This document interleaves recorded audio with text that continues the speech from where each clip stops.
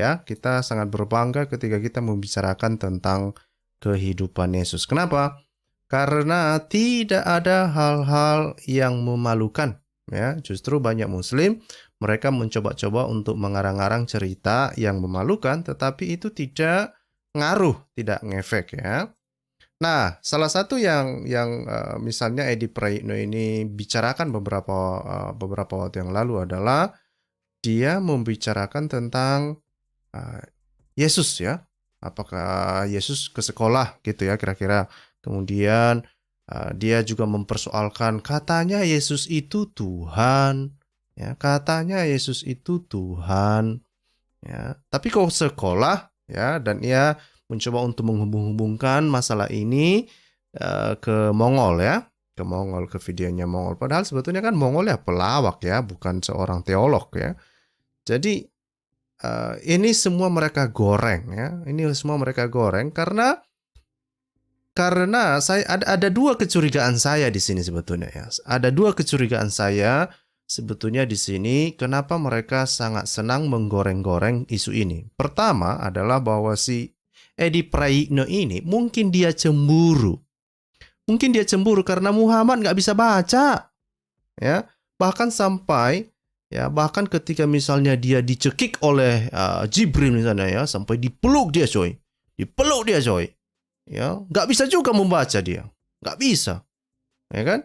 Nah kalau Yesus dia bisa membaca, dia bisa baca tulis, bahkan di dalam sinagog Tuhan Yesus dia membaca kitab-kitab para nabi ya, dan salah satu itu yang sangat terkenal itu ketika dia membaca kitab Yesaya ya, dan dia mengatakan hari ini genaplah nas ini katanya kan.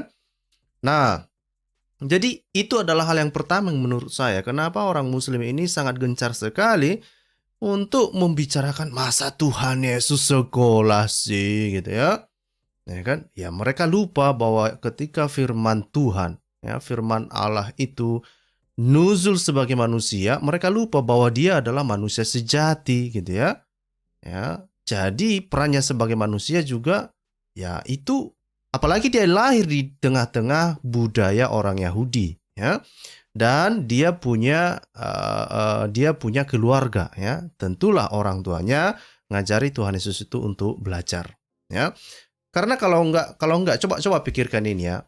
Coba pikirkan ini ya. Tuhan di dalam perjanjian lama sudah memerintahkan kepada orang tua ya, orang Yahudi yang orang tua itu untuk mengajari anaknya turun temurun, salah satunya itu tentang kitab Taurat. Ya kan? Nah, sekarang kan Tuhan Yesus itu ya ketika dalam wujudnya sebagai manusia, ketika dia ada di bumi, dia lahir di tengah-tengah orang Yahudi. Ya kan? Dia lahir sebagai manusia sempurna. Gitu ya, bukan manusia setengah dewa, enggak kayak gitu. Ya. Jadi Yesus pun ya tentulah dia tunduk pada adat istiadat pada saat itu, tradisi orang Yahudi. Karena apapun ceritanya dia lahir di dalam keluarga Yahudi. Dan kamu pikir apakah Tuhan Bapa atau Allah mengizinkan Tuhan Yesus lahir di dalam sebuah keluarga yang tidak tahu baca tulis? Begitukah? Tidak demikian. Kenapa? Karena Tuhan sendiri sudah mengatakan kamu harus mengajari keturunanmu ya tentang kitab Taurat, salah satunya begitu ya. Nah kalau orang tuanya misalnya nggak tahu, misalnya Maria lah misalnya ataupun Yusuf misalnya tidak tahu baca tulis, bagaimana dia mengajarinya?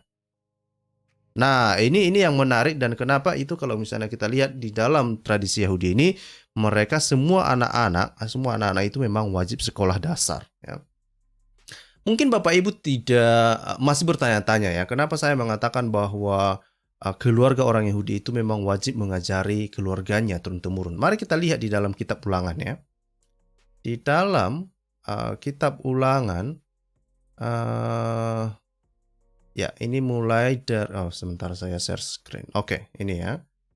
Di dalam kitab Ulangan, ini saya tunjukkan ke kita Bapak Ibu supaya Muslim nggak ngarang bebas deh ya. Coba ini, kenapa ini? Coba saya perbesar. Oke. Oke. Nah, di dalam Ulangan pasal 6, ya di sini sudah dikasih tahu ya. Ya, sudah dikasih tahu kita baca dari ayat 5 deh. Ya, saya perbesar biar kelihatan. Nah, ini mulai dari ayat 5. Perhatikan ini. Supaya muslim di luar sana jangan jadi buta huruf. Ya? Jangan buta huruf. Begitu. Jangan. Jangan kalau kamu nanti disuruh misalnya, baca ini katanya, baca ini. Nggak bisa saya baca. Baca ini. Nggak bisa saya baca. Jangan begitu. Karena Tuhan, ya sejak perjanjian lama sudah dikasih tahu. Ya. Apa yang dikasih tahu? Ini perhatikan ini. Mulai dari ayat 5. Kasihilah Tuhan Allahmu dengan segenap hatimu dan dengan segenap jiwamu dan dengan segenap kekuatanmu, ya. Apa yang kuperintahkan kepadamu pada hari ini haruslah engkau perhatikan. Jadi ini hal ini, ya, orang-orang Israel ini, ya, diperintahkan untuk melakukan sesuatu. Apa itu? Salah satunya apa? Ini baca di ayat 7. Haruslah engkau mengajarkannya berulang-ulang kepada anak-anakmu dan membicarakannya apabila engkau duduk di rumahmu, apabila engkau sedang dalam perjalanan, apabila engkau berbaring, dan apabila engkau bangun. Ya, dibilang sini haruslah juga engkau mengikatkannya pada tanda, sebagai tanda pada tanganmu, dan haruslah itu menjadi lambang di dahimu, dan haruslah engkau menuliskannya pada tiang pintu rumahmu dan pada pintu gerbangmu. Nah, apa artinya ini Bapak Ibu? Artinya apa? Orang tua di dalam keluarga orang Yahudi, ya, diwajibkan untuk mengajari anak-anaknya, ya. Diajarkan, anak-anak itu diajarkan, ya, turun temurun. Salah satunya yang diajarkan itu apa? Tentang hukum-hukum Taurat, ya. Ini yang diajarkan, ya. Makanya ketika Yesus, ya, mereka ketika dia berbincang-bincang dengan ahli Farisi misalnya atau ahli Taurat, dia tahu, ya, secara kemanusiaan dia tahu. Kenapa? Karena dia diajari oleh orang tuanya, ya. Jadi ketika orang tuanya baca ini, ya dia baca, ya, bukan malah minta diselimuti, ya kan? Kan ada nabi tuh, ya kan, disuruh baca tapi pulang-pulang dia bilang, selimuti aku, gitu katanya. Selimuti aku katanya, ya kan? Nah, kayak gitu. Jadi Edi Prayitno, pertama selesaikan dulu masalahmu. Ya. Edi Prayitno sekali lagi, selesaikan dulu masalahmu. Masalahmu apa? Kau suruh dulu Muhammad itu bisa membaca. Ya kan? Suruh dulu dia bisa membaca, coy. Jangan banyak kali cerita. Nah, itu yang pertama. Saya berharap Edi Prayitno mengerjakan PR-nya deh, ya. Suruh dulu Muhammad itu belajar. Aduh, orang kalau bimbingan aja ya, kalau bimbingan les 3 bulan, ya, ambil les bahasa Indonesia, apalah itu kan. 3 bulan mahirnya itu. Mahir. Ya kan? Ini disuruh yang ngutus lagi Allah SWT, coy. Disuruhnya Jibril nyuruh baca. Nggak bisa juga. Sampai 3 kali. Sampai dipeluk-peluk juga. Nggak bisa juga. Ini kerjakan dulu deh PR-mu. Kan gitu ya. Nah, bukan hanya itu sebetulnya ya. Seperti topik kita malam ini. Ya, saya bilang bahwa ini ya. Yesus, ya, dalam wujudnya sebagai manusia yang lahir di tengah-tengah orang Yahudi, ya, ketika dia sekolah dipertanyakan oleh polemikus Islam ini, termasuk mualaf-mualaf ini, ya kan? Tetapi ketika Muhammad menerima harta rampasan, ya kan? Ketika Muhammad menerima harta rampasan, nggak boleh diganggu ini, coy, nggak boleh diganggu. 1/5 harta rampasan, ya. Orang Muslim, orang polemikus Islam ini nggak mau mikir, nggak mau mempertanyakan, ini kok ada nabi katanya suri tauladan, tapi 1/5 harta rampasan untuk dia juga, ya kan? Kerja, woi. Rasul Paulus ketika dia mau menginjili, dia itu kerja, woi, bukan merampas orang, bukan merampas harta orang, woi. Bukan kerjanya berperang, woi. Tapi kau bilang ini Muhammad, Muhammad suri tauladan. Tapi 1/5 harta rampasan nggak boleh diganggu-gugat sama dia, ya kan? Bukan hanya itu sebetulnya. Nanti akan kita baca hadis-hadis, ya. Dia bilang Muhammad ini ya, dari semua harta yang dia terima itu dari harta rampasan itu, ya ternyata itu nggak boleh diganggu-ganggu dan itu untuk Allah katanya dan Rasulnya, ya kan? Jadi ya untuk haknya Allah pun Muhammad ambil, coy. Jatahnya Allah SWT pun diambil oleh Muhammad, ya, yang 1/5 ini, coy. Ya, nanti kita lihat nanti ayat Al-Qur'annya. Saya nggak bohong ini. Ya kan? Di hadis-hadis juga dikatakan, ya, bahwa itu 1/5 dari harta rampasan itu untuk Allah dan Rasulnya, coy. Ya kan? Tapi siapa yang nerima? Muhammad. Memangnya Allah SWT pernah turun ngambil harta rampasan itu? Nggak juga. Nah, terus di ayat yang lain dia katakan bahwa dia itu Al-Qasim katanya. Ya, Muhammad mengaku namanya itu Al-Qasim. Apa maksudnya? Dia bilang saya ini yang membagi-bagikan harta katanya. Ngeri, coy. Ya, orang yang membagi-bagikan lah ya. Orang itulah Al-Qasim itu nanti kita lihat lah ya. Ya termasuklah membagi-bagikan harta rampasan ini, coy. Ya kan? Nah, terus bukan hanya itu. Ya, di beberapa hadis yang lain dia mengatakan bahwa bumi ini juga milik Muhammad, coy. Ngeri. Muhammad bilang, bumi ini juga miliknya, coy. Ngeri nggak itu? Ngeri nggak itu? Ya, yang lain itu nompang ya. Jangan berpikir ketika kamu sudah beli rumah misalnya Bu Cabi 25 misalnya. Dia sudah beli rumah, sudah punya SHM ya, surat hak milik misalnya. Jangan ibu pikir itu punya lo. Itu punya Muhammad. Karena bumi ini kata Muhammad dia punya. Gak percaya kalian? Gak percaya kalian? Nah, mari kita lihat satu-satu. Mari kita lihat satu-satu ya. Ini yang 1/5 harta rampasan itu dulu. Mari kita lihat di dalam Al-Quran. Nah, perhatikan ini. Ya kan? Perhatikan ini.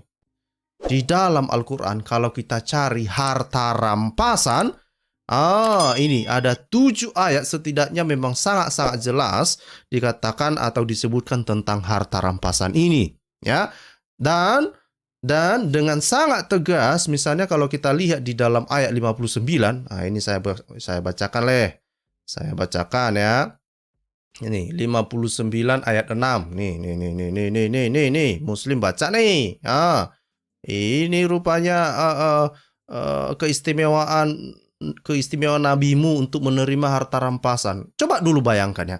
Kalau Bapak Ibu membagi-bagikan harta kekayaan milik Bapak Ibu, hasil keringat Bapak Ibu, ya kan? Misalnya Bapak Ibu memelihara babi nih ya. Terus babinya punya anak banyak. Terus bagi-bagi dagingnya. Ketika dipotong dibagi-bagilah dagingnya kan sama tetangga. Itu luar biasa baik lah. Saya juga mendukung ya. Saya pengen juga ya kan. Bagi dagingnya dong gitu kan. Tapi kalau harta rampasannya, dia meminta jatah justru dari harta rampasan. Kalau ada orang yang tidak mempertanyakan perilaku seperti ini, saya nggak ngerti lagi lah bagaimana hidup ini harus dijalankan. Ya, saya nggak paham lagi. Ya, makanya sekali lagi, ayo dong Muslim, ya pikirkan ini, coy. Nabi yang mulia, coy. Ya, minta jatah dari harta rampasan, coy. Ngeri nggak itu? Ngeri lah. Ya, kalau saya itu merasa itu ngeri itu. Nabi katanya, tapi menikmati harta rampasan. Sama seperti orang kan, sama seperti kalau dia raja misalnya, kalau Muhammad ini seorang raja misalnya, lalu dia berperang, ya kan? Ya wajar lah ya kan? Dia ngambil itu dari perang. Ini Nabi, coy. Ini Nabi. Nabi suri tauladan lagi. Nabi suri tauladan lagi ya. Tapi kerjaannya apa? Atau jatahnya apa? 1/5, coy. Terus dia ngaku-ngaku bahwa itu adalah bagian Allah katanya. Coba baca ini. Muslim, baca ini. Ya. Dan apa saja harta rampasan yang diberikan Allah kepada Rasulnya dalam kurung dari harta beranak mereka, maka untuk mendapatkan itu kamu tidak mengerahkan seekor kuda pun dan seekor unta pun, tetapi Allah yang memberikan kekuasaan kepada Rasulnya, terhadap apa saja yang dikehendakinya dan Allah Maha Kuasa atas segala sesuatu. Ya, ini harta rampasan ini ayat 7. Apa saja harta rampasan diberikan Allah kepada Rasulnya. No, perhatikan ini ya. Allah yang ngasih harta rampasan coy sama Rasulnya coy. Nabi yang mulia ini coy. Ya. Sekali lagi, kalau Muhammad itu seorang raja lalu dia memimpin perang, saya pikir saya tidak perlu mempertanyakan hal itu. Tapi ini nabi coy. Nabi ini coy. Nah, dibilang di sini, apa saja harta rampasan diberikan Allah kepada Rasulnya yang berasal dari penduduk kota-kota adalah untuk Allah. Untuk Allah ini coy. Untuk Allah. Nah, terus dibilang untuk Rasul, untuk kerabat, anak yatim, orang-orang miskin, dan orang-orang yang dalam perjalanan supaya harta itu jangan beredar di antara orang-orang kaya saja di antara kamu, ya kan? Ngeri coy. Ya. Nah, terus bukan hanya itu. Coba perhatikan ini. Coba perhatikan yang bagian akhirnya ini. Apa yang diberikan Rasul kepadamu, terimalah. Jangan kau tolak. Jangan kau tolak. Jangan kau protes. Apa saja yang dikasih samamu, ya, apa yang diberikan Rasul kepadamu, terima saja. Jangan kau protes-protes. Jangan. Nah, terus dibilang sini. Dan apa yang dilarang bagimu, maka tinggalkanlah. Dan bertakwalah kepada Allah. Gitu. Sesungguhnya Allah amat keras hukumannya, ya kan? Lu mau lawan? Lu mau memprotes? Karena kamu cuma dapat rupiah misalnya, atau cuma dapat 200.000 dari 100 miliar misalnya, kok kamu cuma dapat 100.000 misalnya gitu kan? Kamu protes. Ingat ini, ya, sesungguhnya Allah amat keras hukumnya. Ya, jangan macam-macam lo. Jangan macam-macam lo ya. Gitu dong ya. Nah, mari kita lihat ya harta rampasan, misalnya harta rampasan ini ya. Nah, terus dibilang sini, ini di dalam ayat 8 ayat 1. Coba perhatikan ini coy. Coba perhatikan ini ya. Mereka menanyakan kepadamu tentang pembagian harta rampasan perang. Harta rampasan perang coy. Katakanlah, katanya, harta rampasan perang kepunyaan Allah dan Rasul. Ngeri coy. Ini Allah dan Rasul ini apa ini namanya itu? Partner in crime, ya kan? Partner in crime. Ini kan dalam rampasan perang ini kan. Jadi hasil rampasan perang itu kepunyaan Allah dan Rasul. Ngeri. Jangan lu pikir itu harta lu. Jangan lu pikir itu punya lu. Ini kepunyaan Allah dan Rasul coy. Jangan kau protes. Jangan kau protes. Jangan coba-coba kau protes. Ya, itu milik Allah dan Rasul coy. Nah, terus dibilang, oleh sebab itu bertakwalah kepada Allah dan perbaikilah perhubungan di antara sesamamu. Artinya apa? Ya, kalau saya pahami ayat ini, ya jangan kau protes-protes. Ya, jangan protes ya. Dan dibilang taatlah kepada Allah dan Rasulnya, ya kan? Ya, jangan cuma kau taat saja sama Allah, taat juga sama Rasulnya coy. Kalau kamu orang-orang yang beriman, ya kan? Kalau kamu cuma taat kepada Allah saja, nggak sah itu. Nggak sah itu, ya. Tapi kalau kamu taat kepada Allah dan Rasulnya, baru sah itu. Kamu orang-orang beriman. Ya kan? Orang-orang beriman ini coy. Nah, mari daripada kita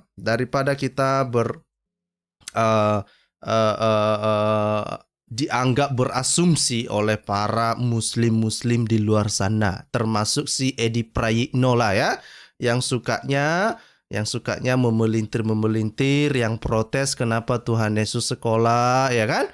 Nah, mari kita lihat tafsirnya dong, ya kan? Kita lihat tafsir para ulama, kan gitu. Mari kita lihat dulu tafsir ayat 8 ayat 1 ini ya, surah 8 ayat 1 ini. Nah, ini ya.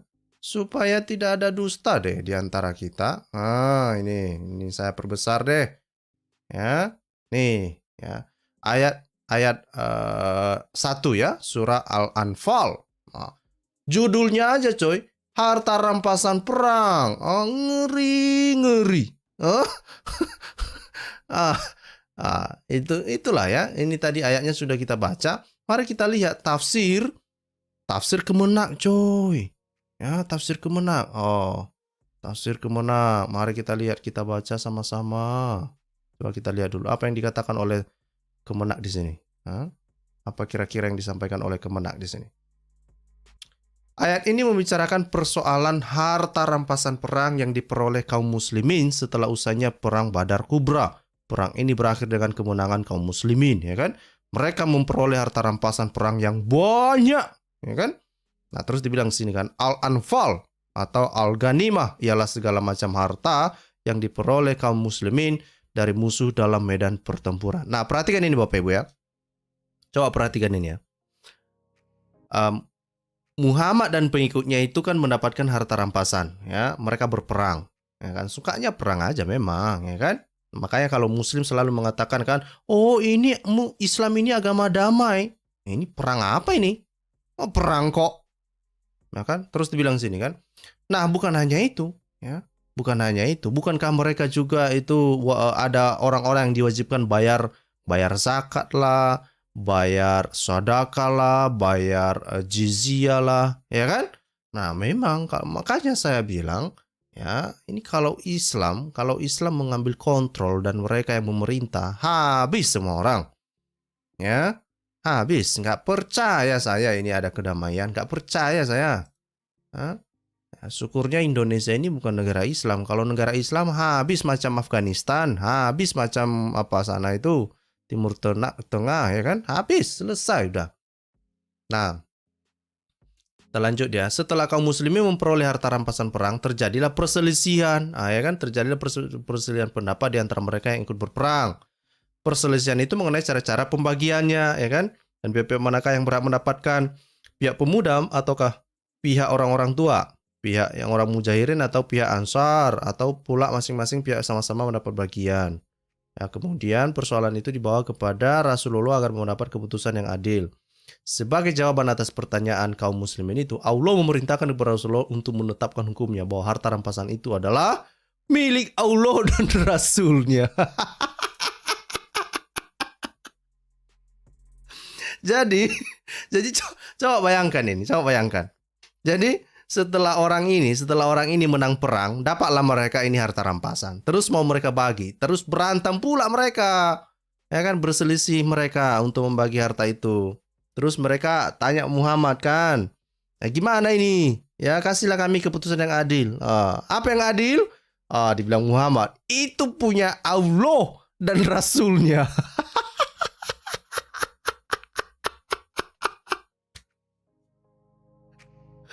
Orang capek-capek berperang, orang menaruh hidupnya berperang, ya kan? Pulang-pulang mereka kasih tahu sama Muhammad, minta pendapat Muhammad, terus Muhammad bilang itu punya Allah dan Rasulnya. Lu mau protes apa lagi? Ya kan? Orang-orang yang berselisih itu kan berharap itu tadi dibagikan kan untuk mereka. Nah, sekarang gimana lagi? Udah jadi milik Allah. Hah? Udah jadi milik Allah dan Rasulnya. Gimana lagi? Mau bilang apa? Mau bilang apa? Nah, oleh sebab itu yang menentukan pembagian harta rampasan itu bukan kelompok pemuda atau kelompok orang tua, bukan orang mujahirin atau ansar, bukan pula tim penyerang, tim pelindung atau tim pengumpul harta rampasan, tetapi Allah lah yang menentukan dengan wahyu yang diturunkan kepadanya, ya kan? Nah, siapa yang boleh membagi? Siapa yang boleh membagi harta rampasan? Allah.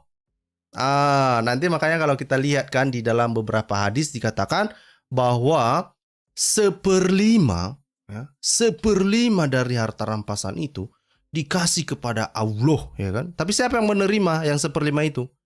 Siapa yang menerima seperlima itu? Muhammad lah. Siapa lagi coba? Nah, makanya banyak orang kan. Saya kadang-kadang mendengar Muslim mengatakan ini Muhammad ini hidup dalam kesederhanaan. Dia itu bukanlah seorang yang bergelimpangan harta. Coba kau pikirkan ini, Muslim. Coba kau pikirkan ini. Dari seluruh harta rampasan dia memperoleh seperlima. Ya kan, misalnya ini seperlima, itu artinya 4/5-nya itu dibagi-bagilah kepada tentara, ya kan, kepada tim penyerang itu tadi kan. Jadi siapa yang lebih banyak dapat sebenarnya? Muhammad. Hah? Siapa yang lebih banyak dapat di sini? Muhammad. 1/5 coy. 4/5-nya yang dibagi-bagi kepada semua ini, semua tentara. Tapi katanya ini Nabi suri tauladan. Tapi dalam hal pembagian harta rampasan dia ambil yang lebih besar. Ya, menang banyak coy, dibilang Pak Abu Mat Solar. Menang banyak lah ini, sudah 1/5 udah dijatah coy. Ya, 4/5-nya dibagi-bagilah. Bayangkan nih, coba ya. 1/5. Coba ya, biar saya ambil dulu kalkulator kalau begitu ya. Sebentar. Kalkulator. Kalkulator. Oke. Nah, ini saya kasih tahu. Ini ya. Bapak Ibu bisa melihat kalkulator saya. Oke? Nah, ini punya Muhammad itu sudah ada 1/5, ya kan? Nah, misalnya lah ada 100 juta. Ini misalnya 100 juta.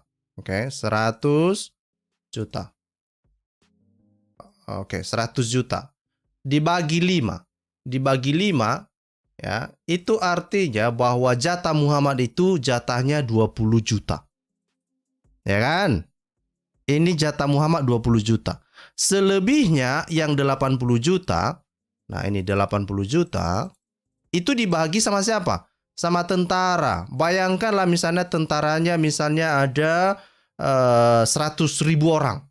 Atau mungkin 1.000 orang lah. 1.000, bilanglah 1.000. Atau bilanglah 200 orang lah, ya kan? 200 orang. 200 orang. Maka 80 juta bagi 200 orang. Oke.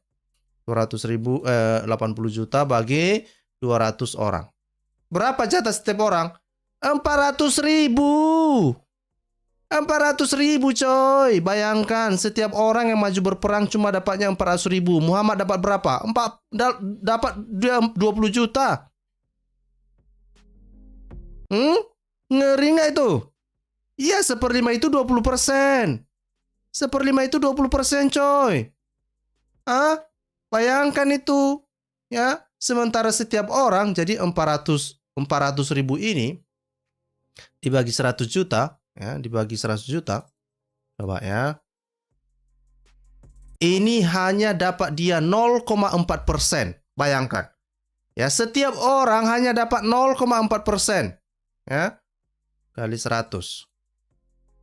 Ini kalau misalnya hartanya itu 100 juta loh ya. 100 juta. Maka Muhammad dapat 20 juta. Tentaranya misalnya jumlah tentaranya itu 200 orang. Mereka hanya dapat 400.000. Ngeri nggak itu? Ini yang tidak disadari. Ini yang tidak dipahami oleh banyak muslim. Mereka pikir Muhammad itu orang miskin. Mereka pikir Muhammad itu, oh dia tidak bergelimpangan harta. Oh, Muhammad itu tidak mengambil yang bukan hak miliknya atau apa macam-macam lah ya kan. 1/5 coy. Dia dapat jatah terbesar dari seluruh harta rampasan itu. Jangan banyak. Aduh, nggak ngerti lagi lah. Tetapi hal ini ditutup-tutupi oleh muslim ini supaya nggak dibongkar-bongkar kelakuan seperti ini, perilaku seperti ini. Lalu mereka tutup-tutupi dengan apa? Ya, polemikus Islam ini menutupi dengan apa? Oh, kenapa Yesus sekolah? Kenapa Tuhan Yesus sekolah? Katanya dia Tuhan. Kenapa dia sekolah? Ya kan? Jadi kalau Muhammad tidak tahu memang membaca, tapi dia tahu mendapatkan 1/5 coy. 1/5 20% coy. Ngeri gak tuh? Ngeri gak itu? Ngeri nih coy. Ya, ngeri nih, ya. Saya sudah bagikan link ya. Kalau ada muslim yang menjelaskan ini ke kita, kenapa Muhammad meminta 1/5 ini? Kenapa dia mengambil bagian yang terbesar? Kenapa? Kenapa ini tidak dibagi rata? Perhatikan ini tadi ya. Perhatikan ini tadi bahwa ini orang-orang ini ya. Orang-orang ini kan mereka pergi berperang. Apakah ikut Muhammad berperang dalam kejadian ini? Saya pikir enggak ya. Saya pikir dalam hal perang ini saya pikir cuma orang-orang itu aja yang pergi berperang. Lalu setelah mereka pulang, mereka kan bawa banyak harta rampasan. Ya kan? Makanya mereka kasih tahu sama Muhammad. Ya kan? Muhammad bilang, "Oh. Bukan kamu yang bagi. Itu yang bagi itu Allah dan Rasulnya, coy. Jangan kau coba-coba bagi-bagi. Itu bukan kamu yang berhak membagi. Itu yang membagi Allah SWT dan Rasulnya. Berapa dikasih? 1/5, coy. Itu. Ngeri tak? Ngeri nggak itu? Hah? Ngeri nggak itu? Nah, jadi ini semua sebetulnya ada banyak kisah-kisah seperti ini. Ya, hal-hal seperti ini ditutup-tutupi ke kita. Dan banyak orang muslim tidak menyadari hal ini. Mereka tidak menyadari hal ini yang bahwasanya sebetulnya Muhammad mengambil bagian terbesar dari harta rampasan itu. Jadi perhatikan ini, ya. Dari itu saja kan sudah kita tahu itu harta rampasan. Harta rampasan perang katanya, gitu ya. Ya, dan kemudian Muhammad mengambil bagian terbesar. Aduh, ini pemimpin atau apa sih ini? Pemimpin atau kepala geng ini? Hah? Pemimpin atau kepala geng ini? Kalau pemimpin itu ya berkorban untuk bawahannya.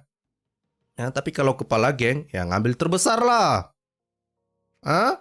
Nah, ini seperti yang dibilang Pak JP ini, termasuk budak wanita yang ditawan, yang cantik dan yang paling bahenol, wajib milik Muhammad. Ya itulah namanya juga 1/5, ya kan? Jadi kalau ada misalnya 5 tawanan perempuan, ya 1 bagi Muhammad, kan gitu. Namanya aja harta rampasan, ya kan? Ngeri coy, ngeri itu. Ya, ngeri. Ya. Nah, terus kalau misalnya kita lihat lagi misalnya, coba kita lihat tafsir Ibnu Katsir deh, ya. Dibilang di sini ya, Ibnu Katsir ini ulama ini coy. Ya, ulama ini. Jangan kalian pikir apa ini ya. Ulama dibilang di sini. Imam Bukhari mengatakan, menurut Ibnu Abbas yang dimaksud dengan kata anfal ialah harta rampasan perang, bla bla bla bla bla bla, ialah harta rampasan perangnya itu, ya. Nah, bukan, jadi kita bisa melihat di sini bahwa memang harta rampasan itu ujung-ujungnya yang membagi itu ya Allah dan Rasulnya, kan gitu ya. Nah, terus dibilang di sini, ini coba ya. Sesungguhnya takwa kepada Tuhan kami merupakan ganimah yang paling baik dan ketenangan serta ketergesa-gesaanku hanyalah semata-mata karena seizin Allah. Ya kan? Ini coba. Inilah yang saya bilang tadi itu bahwa dia mengaku Al-Qasim, ya. Dia mengaku Al-Qasim, coy, ya. Dibilang di sini. Ibnu Abbas menjawab bahwa kuda termasuk harta rampasan dan harta benda termasuk harta rampasan. Kemudian laki itu mengulangi lagi pertanyaannya, maka Ibnu Abbas menjawabnya dengan jawaban yang serupa.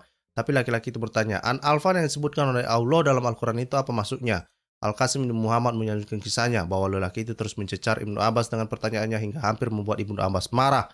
Karena lelaki itu masih juga tidak mau mengerti, maka Ibnu Abbas berkata, tahukah kalian siapa yang mirip dengan orang ini? Ia mirip dengan tukang samak kulit yang dipukul oleh Umar Ibnu Khattab. Emosi juga dia, coy, ya. Emosi juga dia. Ya, karena kenapa ini sebetulnya? Kenapa orang bertanya-tanya mengenai ini? Karena ada orang yang protes. Ada orang yang protes tentang pembagian ini. Makanya banyak sekali ditanyakan sama si Ibnu Abbas ini. Nah, mereka bertanya-tanya, ini an-afal yang dimaksud dalam Al-Quran itu apa sih? Gitu ya. Karena kan saya yakin mereka terkejut lah, ya kan. Mereka kan berharap tuh ya harta rampasannya itu kan dibagi rata tuh ya kepada orang yang berperang. Datang Muhammad, no. Ya, yang berhak membagi itu Allah dan Rasulnya katanya. Udahlah, selesai kamu sudah. Siapa suruh tadi kasih tahu sama Muhammad, ya kan? Siapa suruh kasih tahu sama Muhammad? Susah lu. Nah, jadi ini adalah informasi-informasi yang menurut saya Muslim perlu tahu. Ya, pahami dan cek kebenarannya, ya kan? Apakah memang ini sebetulnya Nabi suri tauladan yang ngaku dirinya itu seorang nabi utusan Tuhan katanya, ya kan? Tapi kerjaannya ya kan ngambil harta rampasan. Aduh. Ya. Nah, sebetulnya kalau kita lihat misalnya di dalam sirah ya, ini terutama misalnya dalam sirah Al-Waqidi ya, Al-Waqidi di dalam kitab Al-Maghazi misalnya. Nah, mungkin kita berpikir, apakah orang-orang ini mendapatkan sesuatu itu hanya dari perang saja? Oh tidak, Ferguson, ya. Ferguson bukan hanya dari situ saja ya. Kalau kita lihat di dalam kitab Al-Maghazi ini saya kasih tahu ya. Ini adalah terjemahan bahasa Inggris kitab Al-Maghazi ini ya. Ini nanti Muslim silakan cek buku ini, namanya The Life. Ini ada terjemahan bahasa Inggris, The Life of Muhammad Al-Waqidi kitab Al-Maghazi ya. Ini di terjemahkan oleh Rizvi Faizar, Amal Ismail, dan Abdul Qadir Thoib ya. Nah, ini sekali lagi kalau kita lihat di dalam kontennya, Bapak Ibu, ini saya akan tunjukkan ya. Ini salah satu ekspedisi yang diperintahkan kepada Zaid ya.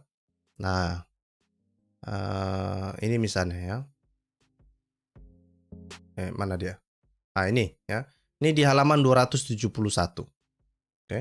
Di halaman 271, Bapak Ibu bisa melihat sebelah kanan bawah itu. Itu adalah itu dibuat judulnya The Expedition of Zaid bin Al-Haritha to Al-Is ya. Nah, nanti kalau kita lihat ke halamannya itu, ini saya akan coba untuk memperlihatkan kepada Bapak Ibu bahwa sebetulnya bukan mereka mendapatkan sesuatu itu bukan hanya dari perang saja, tapi dari ini juga, dari kata kasarnya itu merampok orang-orang kafilah, merampok orang-orang Quraisy yang sedang berdagang. Jadi bukan perang, ya, bukan perang. Coba perhatikan ini ya, dikatakan di sini bahwa Musa bin Muhammad bin Ibrahim related to me from his father who said when the messenger of God returned from the ride of Al-Ghaba, it reached him that caravan. Ini perhatikan, caravan, ya, caravan of the Quraisy was approaching from Al-Sam. So he sent Zaid bin Haritha with 170 rider and they captured the caravan and what is in it. Jadi perhatikan ini bahwa si Musa bin Muhammad ini menceritakan bahwa Muhammad pernah mengirim si Zaid ini ya untuk menangkapi para kafilah orang Quraisy, yang mana sebetulnya nama kafilah itu kan orang berdagang ya. Terus bagaimana caranya? Dia kirim Zaid ya bersama dengan ya 100 orang dan 70 penunggang kuda. Kemudian mereka menangkap kafilah-kafilah itu dan mereka merampas apa yang ada pada mereka. Ngeri nggak itu?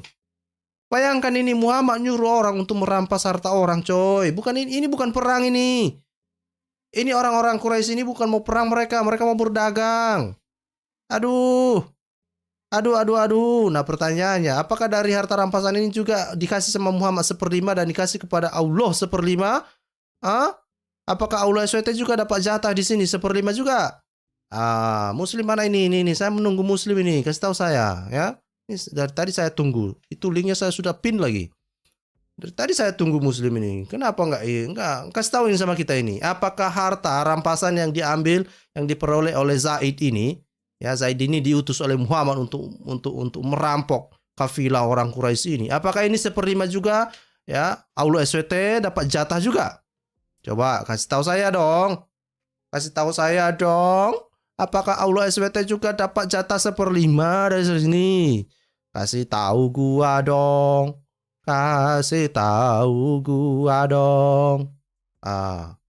Ya kan? Nah, coba kita lihat beberapa hadis yang lain ya. Nah, apa yang bisa kita lihat? Misalnya kalau kita lihat di dalam ini ya. Di dalam hadis Bukhari 2884. Nah, apa informasi yang bisa kita peroleh dari hadis 2884 ini? Nah, mari kita lihat sama-sama, ya kan? Mari kita lihat sama-sama. Nah, dikatakan di sini ya. Ini judulnya, coy. Ini judulnya, ya. Ini judulnya. Baca ini judulnya. Bagian 1/5. Kitabnya adalah bagian 1/5. Babnya apa? Firman Allah. Maka sesungguhnya adalah 1/5 untuk Allah. Rasul, ngeri. Ngeri nih. Coba ini perhatikan ya. Muawiyah berkata, Rasulullah SAW bersabda, siapa yang Allah kehendaki baik pada dirinya, maka Allah akan pahamkan orang itu ke dalam urusan agama. Allah adalah yang maha pemberi, sedangkan aku Al-Qasim. Jadi Muhammad ini ngaku-ngaku juga dia Al-Qasim. Ya. Dia ini Al-Qasim dalam kurung yang membagi-bagi ya, the distributor ya, distributor lah ya, bahasa Indonesia distributor ya. Jadi Al-Qasim dia ngaku-ngaku sebagai distributor ya, Al-Qasim coy. Dan akan senantiasa umat ini menang atas orang-orang yang menyisih mereka sehingga mereka datang urusan Allah sedang mereka berjaya dengan kemenangan ya. Nah, ini ada banyak hadis-hadis yang terkait ya. Coba kita cek ini satu ini. Ini apa yang dikatakan di dalam Sahih Bukhari, Sahih Muslim, Sunan Tirmizi. Coba kita lihat ya. Sahih Bukhari 6768. Ini apa ini? Ya. Aku mendengar Nabi bersabda, barang siapa yang Allah kehendaki menjadi baik, maka Allah menjadikannya pandai terhadap urusan agamanya. Bahwasanya aku membagi, ya. Jadi dia yang berhak membagi, coy. Ya, itu yang seperti yang kita baca di dalam surat Al-Quran tadi itu, surah An-Anfal itu, ya.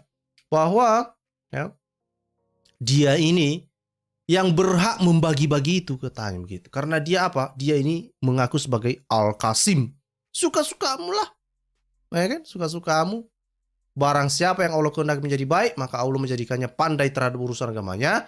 Hanya saya, aku membagi sedang Allah yang memberi, gitu coy. Ya, dan keadaan umat ini akan terus senantiasa lurus hingga kiamat tiba, atau dengan redaksi bla bla bla bla bla, ya. Ini sepertinya mirip ya semua redaksinya. Artinya apa? Muhammad mengaku-ngaku sebagai distributor harta rampasan, ya. Harta rampasan. Siapa distributornya? Muhammad, ya. Muhammad. Jadi kalau misalnya tanya, Muhammad itu siapa? Distributor. Orang dia yang ngomong kok. Saya Al-Qasim katanya, distributor. Distributor apa? Distributor harta rampasan. Ah, itu dia.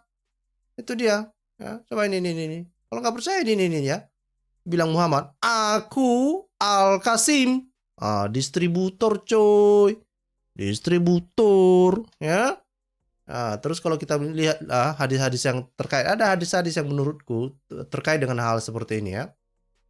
Nah, masih hal yang sama bahwa dia ngaku-ngaku sebagai distributor. Coba kita lihat hadis ini apa, ya.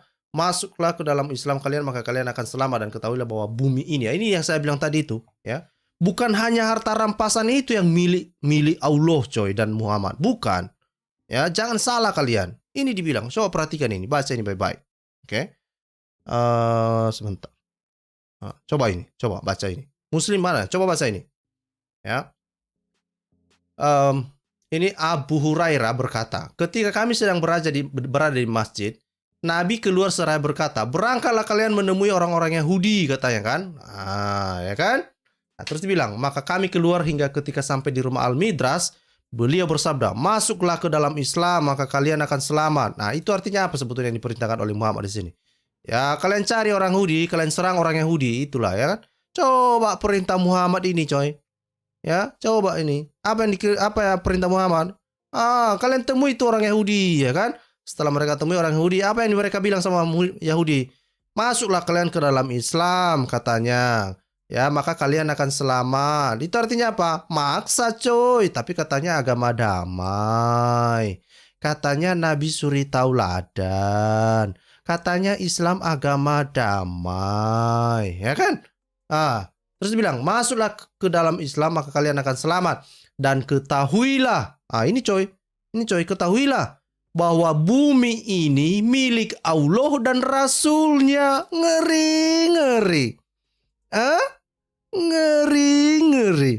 Aduh, sampai kering tenggorokan saya membaca ini. Jadi, yang lain itu ngontrak, ya. Ibu Maria Magda itu ngontrak di bumi ini, ya. Pak Jevanya Sembiring itu ngontrak, ya. Pak Aman, mana ini?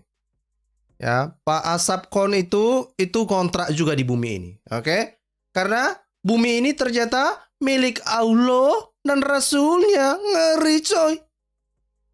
Ngeri nih. Ya. Terus dibilang, dan aku hendak mengusir kalian dari daerah ini. Maka barang siapa dari kalian yang memiliki harta. Harta coy. Lu pikir dia minta apa? Minta dicipok? Enggak. Apakah dia minta disalam? Enggak juga. Dia bilang apa? Ya, apa yang diminta? Harta. Hendaklah ia menjualnya, katanya. Jika tidak mau, ketahuilah bahwa bumi ini milik Allah dan Rasulnya. Ngeri ini coy. Ngeri ini. Semua ngontrak. Ya, semua ngontrak. Ya, jangan kamu pikir nanti ketika kamu sudah beli tanah misalnya, terus kamu sudah punya SHM-nya, ya, surat hak milik misalnya. Jangan senang dulu. Mana tahu kamu diminta untuk bayar 1/5 kepada Muhammad. Ya kan? Kenapa? Karena bumi ini milik Allah dan Rasulnya. Ngeri nih.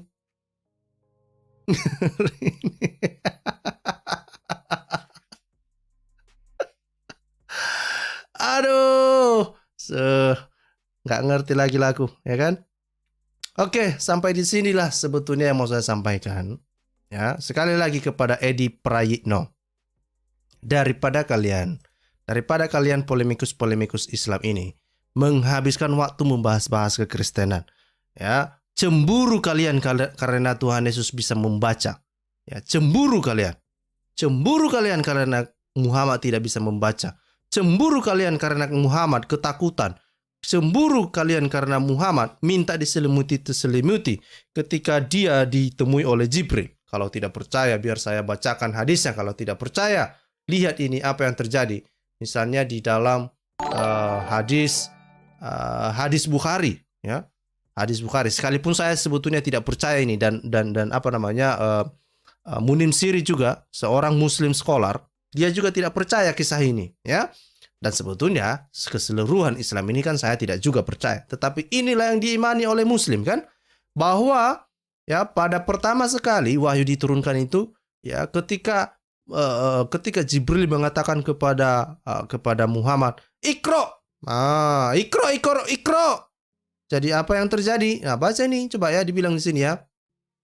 Sampai akhirnya datang Al-Haq saat beliau di Gua Hiro. Malaikat datang seraya berkata, bacalah. Beliau menjawab, aku tidak bisa baca. Jadi Muhammad ngaku-ngaku sudah nggak bisa baca. Lalu polemikus Islam sekarang mereka mempertanyakan, kenapa kok Tuhan belajar sih? Kok Tuhan Yesus sekolah sih?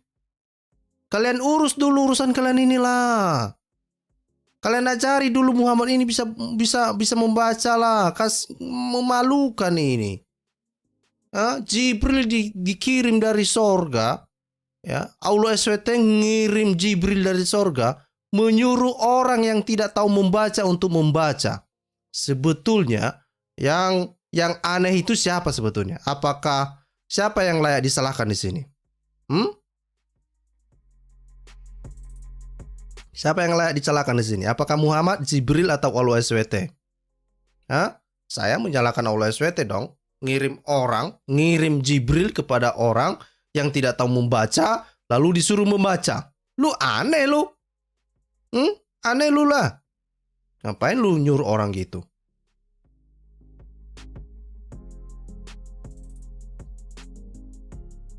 Nah, jadi ini sebetulnya ada banyak ya, ada banyak hadis terkait ya. Ini bisa kita lihat di dalam Sahih Bukhari 4572. Ya, Sahih Bukhari 6467, dan saya pikir ini sudah menjadi kisah yang sudah umum lah diketahui oleh Muslim ya, bahwa Muhammad disuruh membaca sampai 3 kali ya, tapi dia nggak bisa ya, Dibilang di sini, malaikat itu memegangku kembali dan memelukku untuk ketiga kalinya dengan sangat kuat, lalu melepaskanku dan berkata lagi, bacalah ya. Nah gitu ya. Nah, terus apa yang terjadi? Apa yang dialami oleh Muhammad? Nabi kembali kepada keluarganya dengan membawa kalimat wahyu tadi dalam keadaan gelisah, coy. Takut dia, coy. Ya, gelisah dia, coy, ya. Terus apa yang dilakukan dia? Ngadu sama mami. Dia ngadu sama mami. Mami, selimuti aku, ya. Jadi dia ngadu sama mami Khadijah. Selimuti aku, katanya. Selimuti aku. Ini terus dibilang ya, terus Khadijah ya diselimutinya lah si ini kan, diselimutinya lah si Muhammad ini. Kenapa Muhammad minta diselimuti? Karena dia takut. Dia bilang di sini ya, beliau pun diselimuti hingga hilang ketakutannya. Gitu dong. Gitu ya. Lalu beliau menceritakan peristiwa yang terjadi kepada Khadijah, bla bla bla. Dia bahkan mengkhawatirkan dirinya. Ngeri, coy. Ya? Jadi sekali lagi, janganlah cemburu ya, karena Tuhan Yesus bisa membaca, Tuhan Yesus bisa menulis, lalu kamu cemburu karena Muhammad tidak bisa baca. Jangan cemburu. Nggak usah. Ya. Jangan cemburu. Oke? Jangan cemburu. Nah, nikmati saja. Kalau kamu percaya Muhammad sebagai Nabi suri tauladanmu, silahkan. Kalau kamu percaya bahwa Nabi suri tauladanmu itu layak menerima 20% dari harta rampasan, ya, hidup dari situ, ya silakan dong. Saya tidak mau menjadikan seorang nabi ya yang meminta-minta jatah 20% dari harta rampasan. Ya, saya tidak mau kayak gitu. Ya, memalukan. Malu saya mendengarnya saja malu saya. Bahkan ketemu sama orangnya itu saja pun saya malu. Ini orang yang bikin malu aja. Ah, itu kalau saya. Tapi kan muslim kan enggak. Mereka kan enggak malu. Mereka kan enggak punya malu. Ya kan? Enggak punya malu. Nah, yang penting Nabi Suri Tauladan, yang penting Muhammad. Ya kan? Suka-sukamu lah. Suka-sukamu. Kamu percaya silahkan. Enggak apa-apa. Ya. Nah, dari mana kita tahu bahwa Tuhan Yesus bisa membaca? Mari kita baca di dalam Lukas ya. Ini saya akan perlihatkan.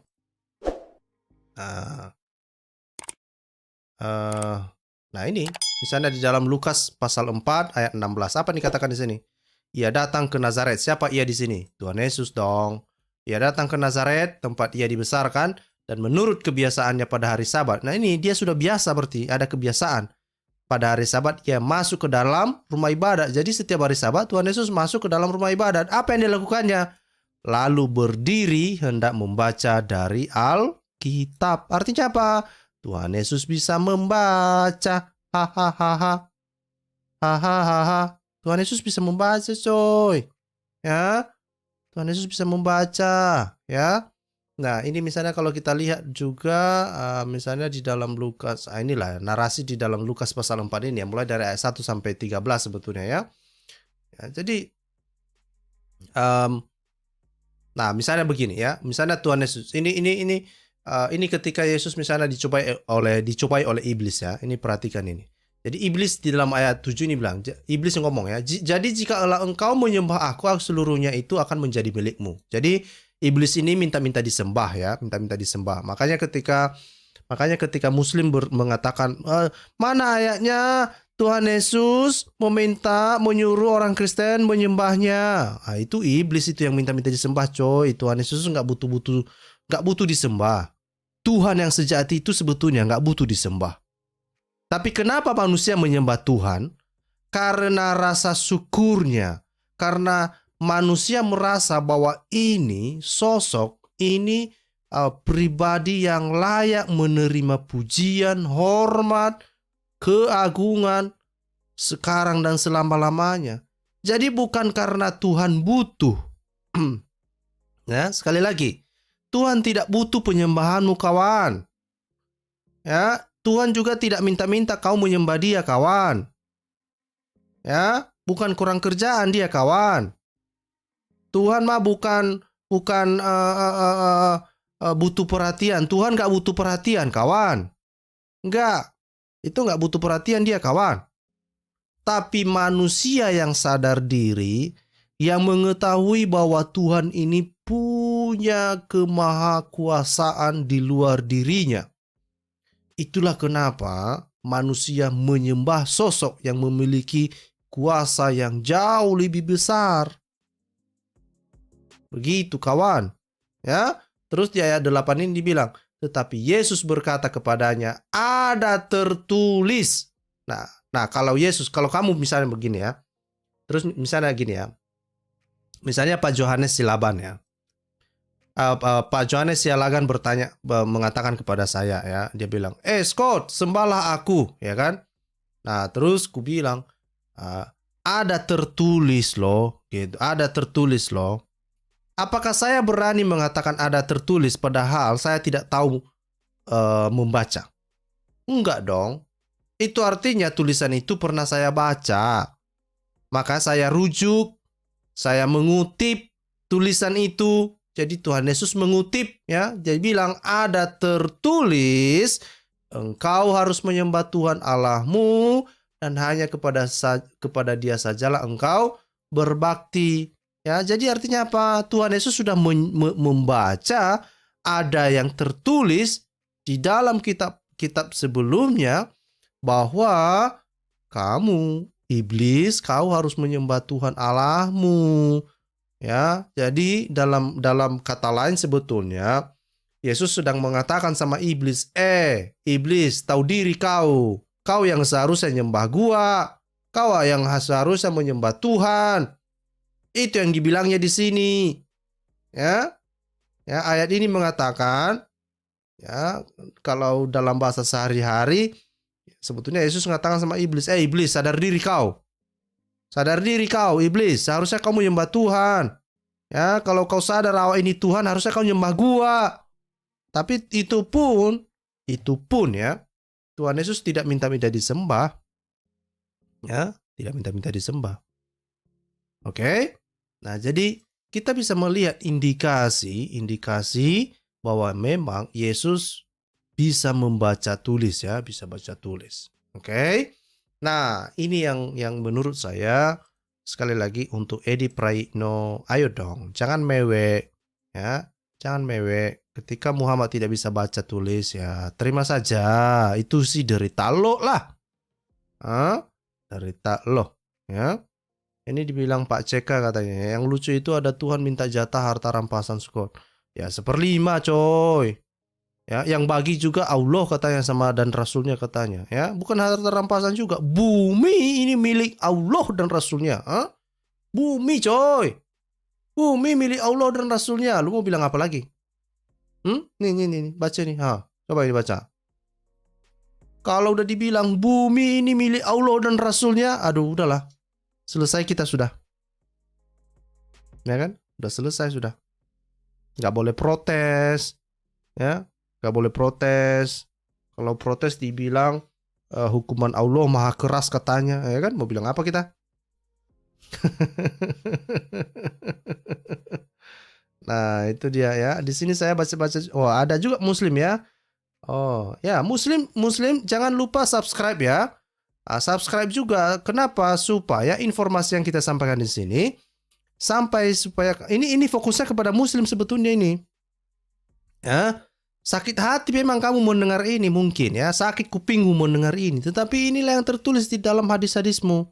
Ya, saya nggak ngarang-ngarang. Ya, Muhammad ngaku-ngaku dia itu Al-Qasim, ya, distributor harta rampasan perang, coy, ya kan? Terus dia ngaku-ngaku bahwa bumi ini miliknya katanya bersama dengan Allah, ya kan? Partner dia, coy, partner, ya, ada partnership antara Allah dan Rasul. Ngeri nggak itu? Ngeri lah, ngeri. Padahal kan Muslim selalu bilang kan, jangan mengasosiasikan ciptaan dengan pencipta. Tapi ini kan disetarakan ini. Ini Rasul disetarakan dengan Allah di sini. Sama-sama memiliki bumi di sini. Yang musyrik itu siapa sebetulnya di sini? Yang musyrik siapa? Yang Muslim sendirilah. Kalian sendiri. Suka-suka kalian situ. Ya kan? Nah, ini dibilang si Samara, dibilang 1/5 bagi Rasulullah diperuntukkan bagi fakir miskin. Ya, kita percaya itu, ya. Nah, memang ada di surah berapa tadi itu ya? Di surah 59 kalau nggak salah tadi ya. Ya, di surah 59, mana surah 59 tadi? Ini ya. Ya, surah 59 ayat 7. Di ayat 7-nya juga dikatakan memang begitu ya, bahwa memang itu 1/5-nya itu kalau nggak salah di dalam tafsirnya itu dikatakan untuk Allah, ya, untuk Rasul, untuk orang-orang miskin. Ini ya. Ini ya. Yang 1/5 itu katanya untuk Allah, untuk Rasul, kerabat Rasul, anak-anak yatim, orang-orang miskin, dan orang-orang dalam perjalanan. Katanya begitu. Ya kan? Katanya begitu. Nah, tetapi apakah itu benar? Ya suka-suka mereka lah. Kayak begitu, ya. Nah, terus dibilangkan untuk Allah katanya, coy. Ya kan? Tapi yang menerima siapa? Muhammad, coy. Tahu nggak apa yang terbersit ketika ada kalimat ini dibilangkan? Ini yang 1/5 itu untuk Allah, Rasul, kerabat Rasul, anak-anak yatim, orang-orang miskin, dan orang-orang yang dalam perjalanan. Pertanyaannya, kalau misalnya Muhammad tidak membagikan ini kepada orang-orang miskin, saya sebetulnya meminta informasi, bukti yang konkret ya. Saya meminta bukti yang konkret dari Muslim. Ada nggak informasi setelah Muhammad menerima 1/5 dari harta rampasan ini, itu dibagi-bagikan kepada orang miskin, itu dibagi-bagikan kepada anak-anak yatim, itu dibagi-bagikan kepada orang-orang yang dalam perjalanan. Saya minta buktinya. Saya minta buktinya, Samara Wiraguna. Tunjukkan buktinya bahwa ketika Muhammad menerima 1/5 dari harta rampasan itu, lalu Muhammad membagi-bagikannya kepada kerabat Rasul, kepada anak-anak yatim, orang-orang miskin, dan orang-orang dalam perjalanan. Nah, bukan hanya itu yang mau saya tanya nanti, coy. Ya, jatah Allah sama siapa? Ya, dikasih sama siapa jatah Allahnya? Dari 1/5 tadi itu, misalnya dari 20% itu, berapa persen untuk jatah Allah? Jatah Allah itu siapa yang ngambil? Siapa? Terus misalnya memang ada hadis yang mengatakan Muhammad itu ngasih sesuatu kepada orang yang berasal dari ganimah ini ya, Ya, pertanyaannya tunjukkan bahwa ini adalah selalu menjadi kebiasaan, telah menjadi kebiasaan, dan itu Muhammad selalu ketika dia menerima ganimah 1/5 ganimah ini, lalu dia membagi-bagikan itu sekali lagi kepada kerabat Rasul, anak-anak yatim, orang-orang miskin, dan orang-orang yang dalam perjalanan. Kalau cuma sekalinya dibagi, aduh, ya kan? Kalau cuma sekalinya dikasih, ya berarti yang lain-lain itu sama siapa dong? Dia tampung semua dong, ya kan? Dia tampung, gitu. Jadi sekali lagi Muslim silakan berpikir-pikirlah, ya. Silakan berpikir-pikir. Kalau kamu juga mempercayai bahwa Muhammad ini seorang nabi suri tauladan, tapi dia distributor harta rampasan, dan harta rampasan itu bukan hanya diperoleh dari perang, tapi juga perampokan kepada kafilah orang Quraisy. Silakan aja. Silakan aja kamu percaya kepada nabi yang seperti itu. Nggak ada larangan. Pintu terbuka lebar bagi Anda. Ya, pintu terbuka lebar bagi Anda. Tapi selalu ingat, jangan kau urus-urusi kekristenan. Ya, jangan. Oke? Nah, begitu. Nah, itu sajalah, karena tidak ada yang Muslim yang mau datang. Nggak ada Muslim yang mau datang, ya sudahlah, kita akhirilah ini ya. Sampai jumpa di topik yang berbeda. Sampai jumpa di channel yang lain ya. Itu saja. Ini yang terakhir dari saya. Kemarin saya sudah umumkan bahwa bagi setiap orang yang menyelesaikan materi kursus teologi doktrin kekristenan dasar yang dari Pak Gracia Pelo, saya akan mengirimkan satu buku. Ini biar saya tunjukkan dulu ini ya deh. Ya, saya cari dulu pengumumannya. Karena sampai sekarang masih satu orang yang berhasil. Ya, jadi masih ada 24 slot lagi. Ya, masih ada 24 buku lagi yang bisa dimiliki. Ya. Nah, ini saya cari dulu mana pengumumannya ini. Ini. Ya, ini. Nah, ini buku. Ini sampai sekarang masih satu orang yang telah menyelesaikan kursusnya, ya. Nah, terus ini ada syaratnya kan, telah mendaftar di website imanrasuli.com, aktif mengikuti pengajaran keluarga Iman Rasuli, ya, terus telah menyelesaikan pelajaran ini, saya perbesar deh. Nah, ini ya. Telah menyelesaikan pengajaran dari Pak Gracia Pelo seri kursus teologi doktrin dasar kekristenan 1-4. Kenapa ini sangat penting sebetulnya Bapak Ibu? Saya berharap semua orang Kristen mengerti dasar kekristenan. Ya. Jadi kursus 1-4 ini sangat penting sekali, karena salah satu yang dipelajari di situ adalah tentang misalnya doktrin Tritunggal, ya, Alkitab sebagai firman Tuhan, Yesus sebagai Tuhan, Roh Kudus sebagai Tuhan. Nah, hal seperti itu diajari di dalam ini. Nah, nanti kalau Bapak Ibu sudah menyelesaikannya, silakan tunjukkan buktinya. Nah, nanti bukunya akan segera kita kirimkan. Bukunya masih di dalam percetakan, ya, tetapi jangan khawatir ya. Jangan khawatir, nanti setelah bukunya telah selesai dicetak, nanti kita akan kirimkan ke alamat Bapak Ibu. Kalau alamatnya terlalu jauh, ya, kalau alamat terlalu jauh, ongkos kirimnya terlalu mahal, ya inilah patungan kita harga ongkos kirimnya ya. Saya sudah bayar harga bukunya, nanti lebih mahal pula ongkos kirim kan gitu kan. Kan lucu. Nah, itu saja. Jadi silakan selesaikan dulu ini materinya. Itu yang paling penting karena saya lebih concern kepada kebangunan rohanimu ya. Itu saja dari saya. Silakan dapatkan bukunya. Judul bukunya itu Membungkam Bidat-bidat. Ya, kemudian juga ada materi seri apologetika iman Kristen ya. Nah, itu saja pengumuman dari saya. Tuhan Yesus memberkati. Sampai jumpa dan selalu ingat pesan saya, Yesus adalah Tuhan, Tuhan kita Allah Tritunggal. Yang lain itu niru-niru. Salam semuanya.